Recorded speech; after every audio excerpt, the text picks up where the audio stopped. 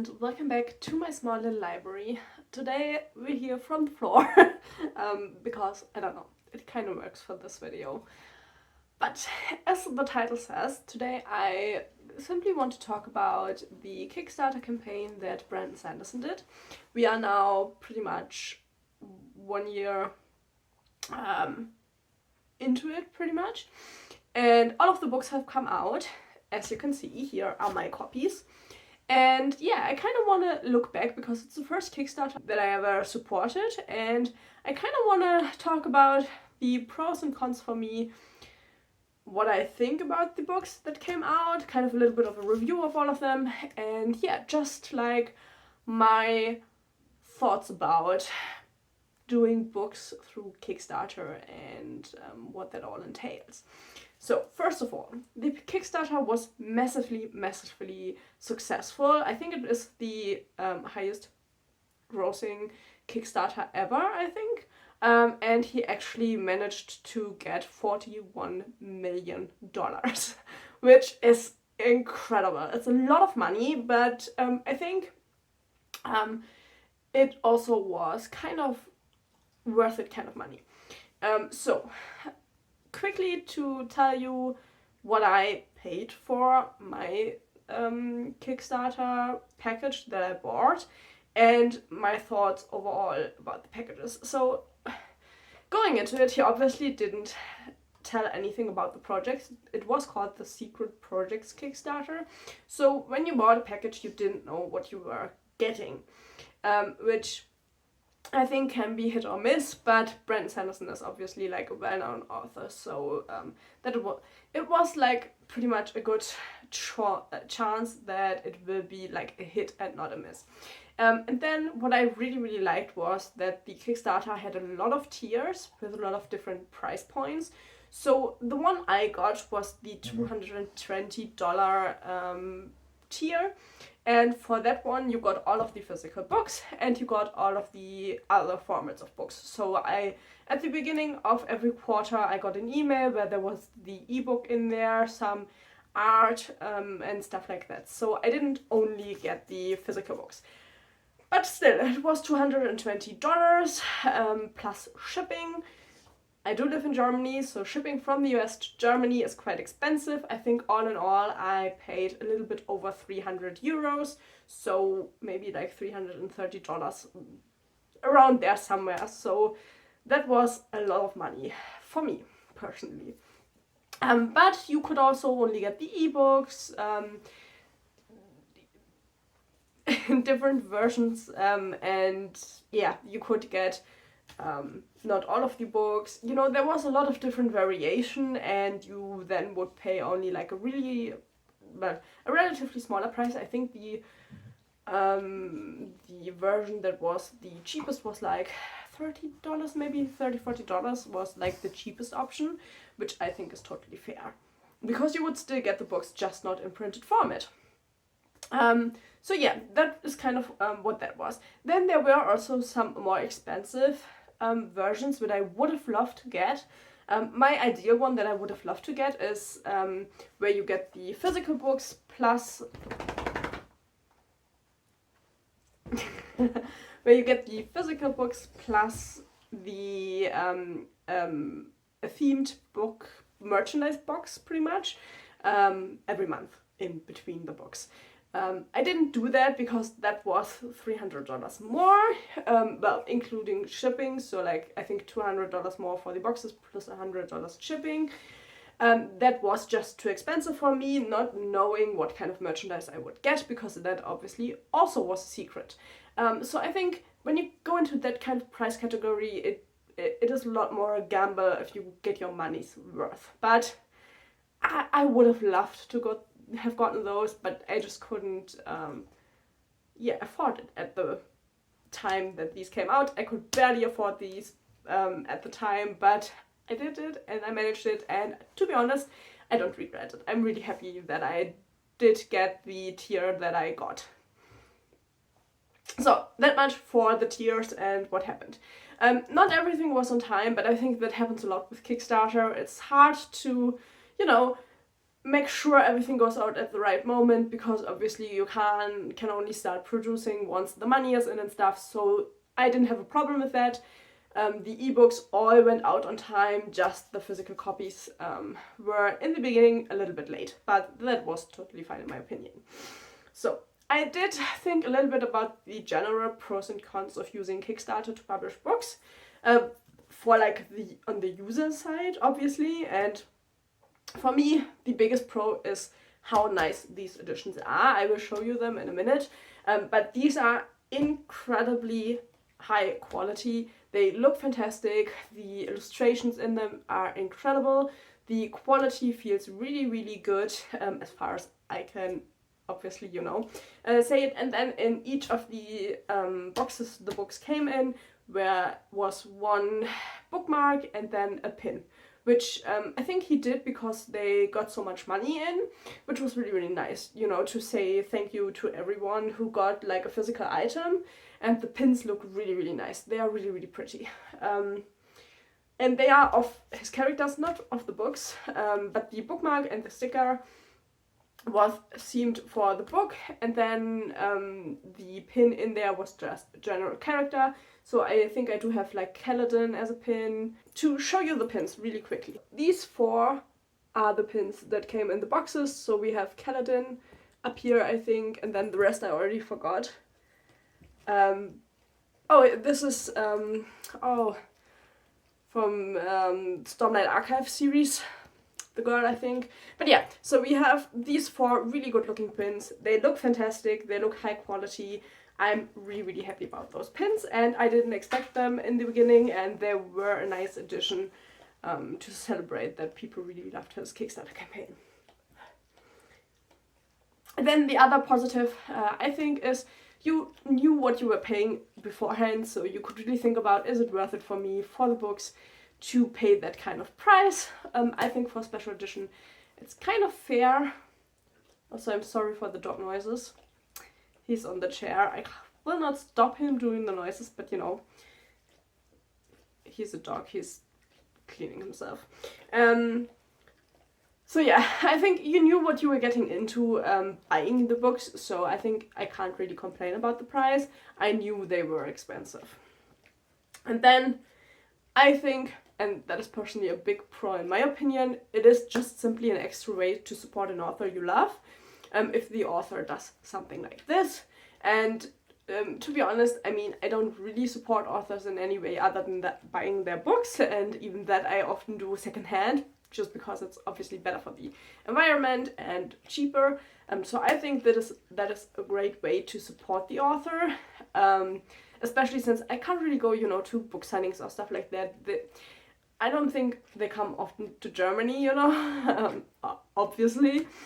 So yeah, I think it's nice to be able to support someone by showing support, by supporting the Kickstarter, by paying a little bit extra and getting a special version of something they publish. So yeah, for me, those are pretty much the pros I can think about. I think you can, I'm neutral on the thing whether, you need a Kickstarter or not. Obviously, publishing books is expensive, and Brandon Sanderson obviously published through his own publisher and not through like, a big publishing house. So I think that is maybe where the Kickstarter comes in. And these are obviously really special editions, so it's not your, standard paperback that is a lot cheaper to produce. So that is, I think, a fair thing to say. And then for me, the biggest con, you didn't know what the books were about. You didn't have a blurb, you didn't have a title.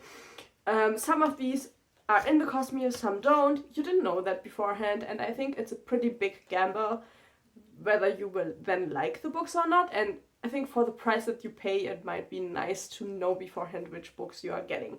And I think it's not normal that you don't know what you're getting, to be honest. I think that was kind of like a special thing from him.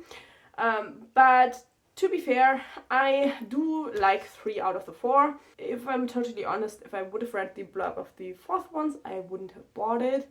That is the gamble with things like that. To be fair, the one I didn't like was really, really popular, so obviously books are a taste thing, and you didn't know beforehand if you would love them or not. I haven't read that much of his books. Like, I read more since the Kickstarter was, you know, I did read a lot more from him, but I think at the point where the Kickstarter came out, I've read like 2 books of his, and I did kind of like go out on a limb and said to myself, you know, I love those 2 books, so probably I will love all of his other books. And yes, I love most of the books I've read by him, but obviously it's a hit or miss. And then the second con, in my opinion, is just that it is really expensive. I think if you look at the price, I paid $220. That makes each of these books $55. That is a hefty price for a book, in my opinion. Even though these are really, really nice books, I think it's a hefty price. So yeah, I think you just have to think about if it's in your budget, if you're willing to splurge on such a thing. I was willing to splurge on such a thing. I'm really happy that I did. They look fantastic. I really, really like looking at them. So, you know, for me it panned out, but I think, you know, I didn't know they would be this pretty. So I think it's a really big gamble to pay that much money and not be sure what you're getting in the end. And yeah, so that is pretty much, you know, the outside stuff. And now we're coming to the books. I will start with the ones I liked, and at the end we will talk about the one I didn't like and why, and you know, just simply my opinions. And I think we'll just start with the original, with the first one that came out, and that was Tress of the Emerald Sea. This one plays in the Cosmere on a really, really interesting planet. And it's a planet full of oceans, but the oceans don't have water in them, they have spores in them. And if water, you know, touches the spores, stuff happens.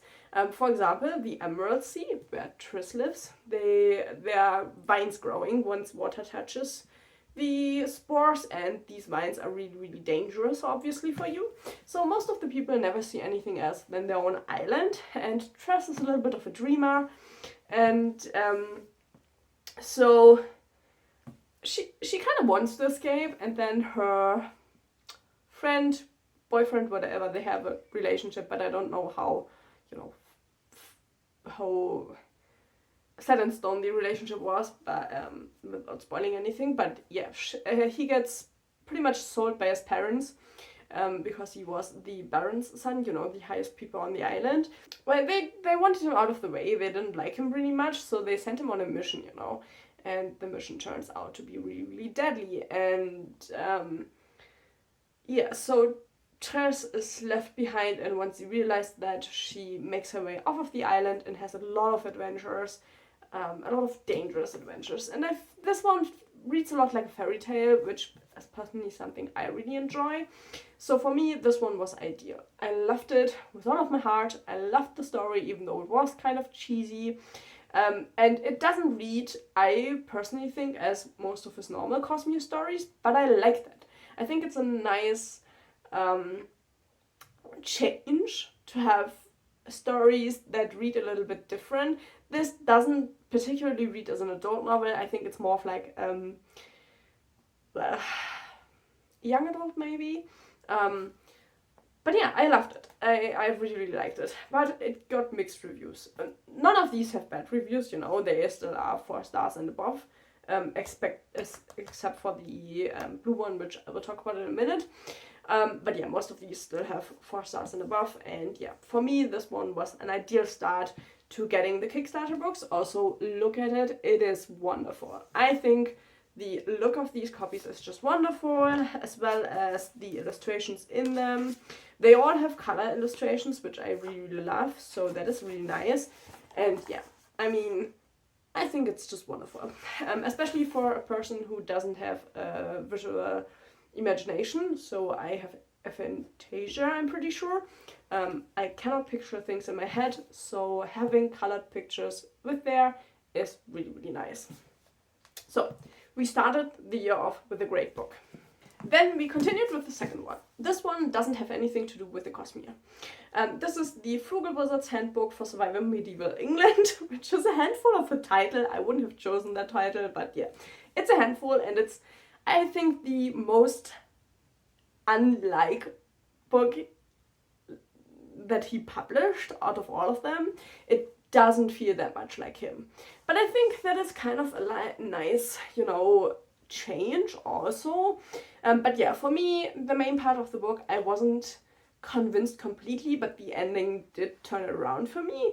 And Tress got 5 stars from me, no questions. This one got a low 4 stars on me because I liked it, but I thought it was a weird story, kind of. You have this pretty much a game or a live version where you can book a ticket to your own medieval adventure, pretty much. And our main character wakes up in one of these worlds and he has lost his memory, a trope that I don't enjoy if I'm honest.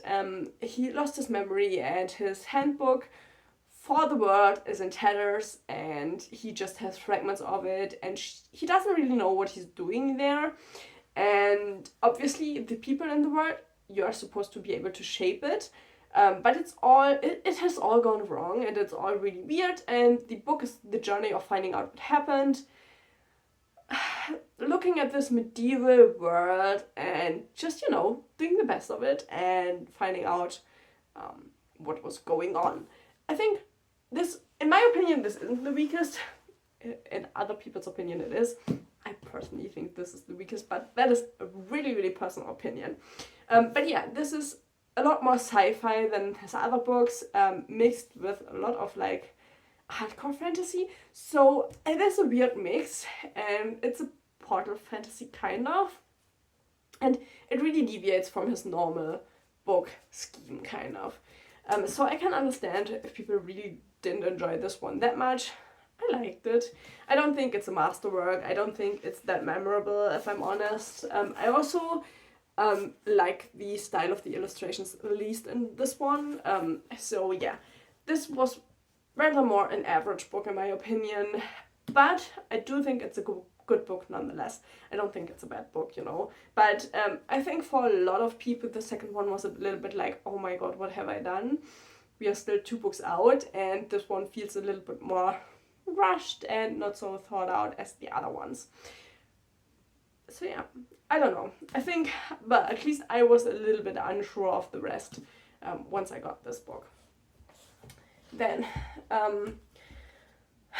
this is the third one that came out. This is called Yumi and the Nightmare Painter. But because I didn't like this one, and I actually didn't finish this one, I will talk about it the last. Let's just quickly gush about my favorite one, and that is The Sunlit Man. This is a Cosmere book. It has really, really, like, strong ties to the Cosmere. Tess has a little bit more, like, looser ties. This one is really, really strongly connected to other books, and I think ideally you would have read all of his other books before this one. I didn't. I don't think it's necessarily a problem, but you would have more background if you've read especially the Stormlight Archive series. But yeah, this one was fantastic. This is pure adventure through and through. It kept my attention the whole time. We have Nomad, the Sunlit Man, and he lives with indenture, which for me didn't tell me anything because I think maybe you get to know that in other books, but I didn't know it. And he originally comes from the planet where Kaladin is from, so the Stormlight Archives. He comes from the same world, and I think we actually know him as Stormlight Archive, but I'm not sure because it's a little bit ago that I read that book. But the first one, I haven't read more than the first one, so I'm not that sure on my footing there. But yeah, it was amazing. I loved this story so much. This is one of my absolute favorites by Sanderson, of all of the books that I've read by him, which I think is kind of funny. But yeah, this one was just, it was it. This one, I loved it. He comes to this planet where the sun kills everything, and they have a really, really hard life, and he kind of flees to this planet and wants to flee again to the next planet because he has some people who want to catch him because he has something that is connected to the Stormlight Archive. And so he's on the run pretty much, and he stops because he doesn't have an easy way to get out of the planet. And in the meantime, he then helps the people who are native to the planet. I love the illustrations of this book. I love the story. Yeah, I won't tell you more. I think it's best if you don't know that much. but just read it. If you don't read any of these because you haven't gotten the Kickstarter or anything, this is, in my opinion, by far the best one and the strongest one, and you should read this one. So yeah, this was a 5 stars. I've read it a week ago, maybe 1.5 weeks ago, and I love it with all of my heart. And now, to wrap this up, we're coming to the last book, Yumi and the Nightmare Painter, which I love this style. I'm really disappointed that I didn't like the book, but the one thing that is the most important, you didn't know what the books were about. This is, in my opinion, really like young adult story. We have these really two awkward late teens, and both of them don't really have any experience with the opposite sex, and they get thrown in together because of what they are.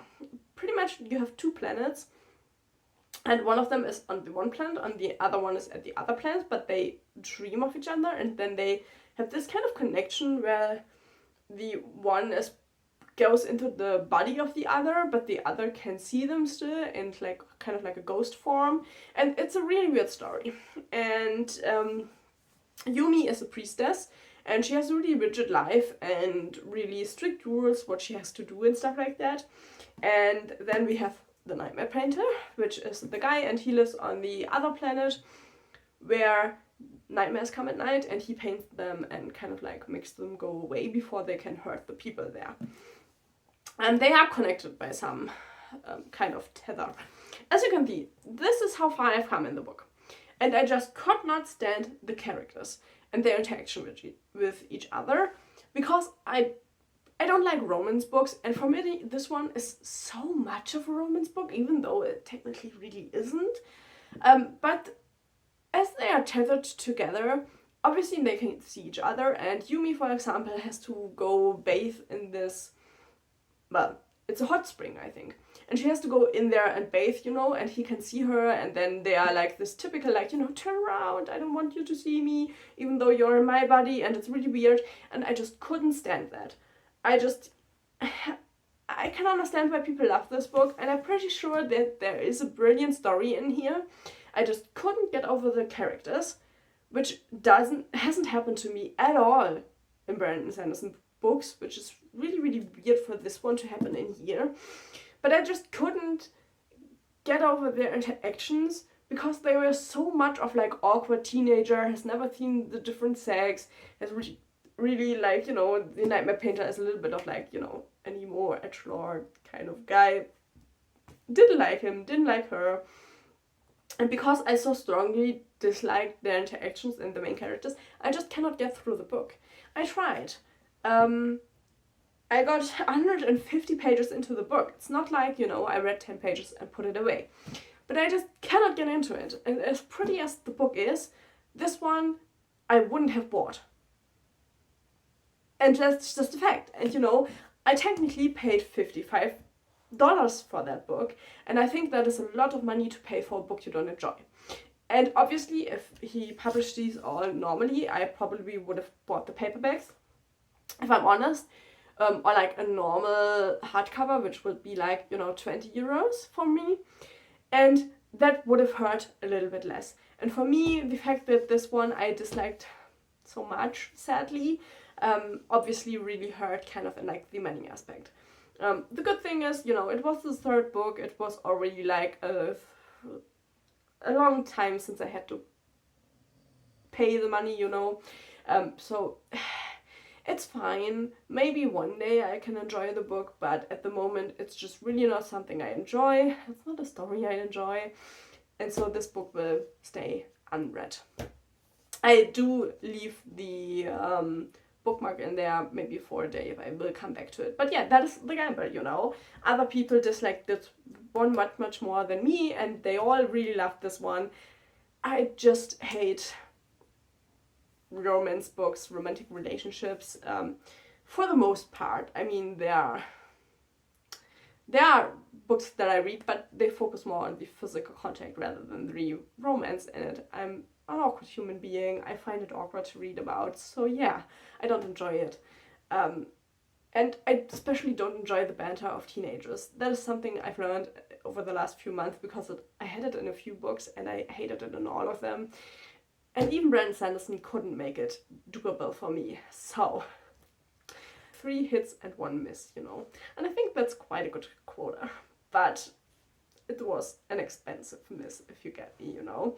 But yeah, I think, to come to an end in this video, because I rambled along quite a bit, you know, I think I would do it again. It helps that I'm financially in a better place now, but I do think I would absolutely do it again if another author did it. If Brandon Sanderson did it again, I would also do it. I've read more of his books right now. I love him. I get the hype around his books. I do own quite a lot of them right now. Not all of them that I've read, but I think... Well, I read the Mistborn trilogy, the first one, completely. I did read his short story collection. I did read The Way of Kings, the first in the Stormlight Archives, you know, and I own a lot more. And I do enjoy his books, you know, so I would actually buy a Kickstarter by him again. He did it really well. There was a lot of information coming in, a lot of emails coming in, keeping you up to date with what is happening, you know, where your boxes are. They were really, really nicely shipped and protected. They look fantastic. I mean, just look at how they look together, you know, sitting on a shelf. I always have, well, now I have the Sunlit Man facing the outside so that I can see the cover, you know. But I think they look fantastic and they are worth their money. You just had to gamble with whether you like the stories or not. And as you can see, I didn't love all of them, which is something I expected, to be honest. But yeah, obviously if you pay this much for books, you would hope to love them more, you know. But yeah, so for me, this Kickstarter was fantastic. I really liked it. I understand if people are against it. I think it's something, you know, you have to have extra money for that. And I think, especially nowadays, we live in a world where not everybody has that extra money. So yeah, you can obviously get these, not in these editions. They are out as normal books now, but they came out first in these editions, and obviously you can't buy these editions anymore, as far as I know. So for me, it was worth it for these pretty editions, because I just love to look at a pretty book. But yeah, that is kind of my 2 cents about the Brandon Sanderson Kickstarter, about the books. Sadly, I can't tell you anything about the merch boxes. As far as I've seen some stuff, I would have loved them. I know there were, I think, some t-shirts in them and stuff. It sounded nice. It was just too expensive for me. So yeah, next time around, maybe I can splurge for the merch boxes. But then again, you know, I think the books are way more important than the merch boxes. So yeah, thank you for listening to me talk way too long about the Kickstarter and the books. But yeah, I hope this was kind of informational for you, especially if you didn't get the Kickstarter books, on whether or not maybe that would be something you are interested in the future. And yeah, I hope you enjoyed the video, and hopefully I'll see you in the next one.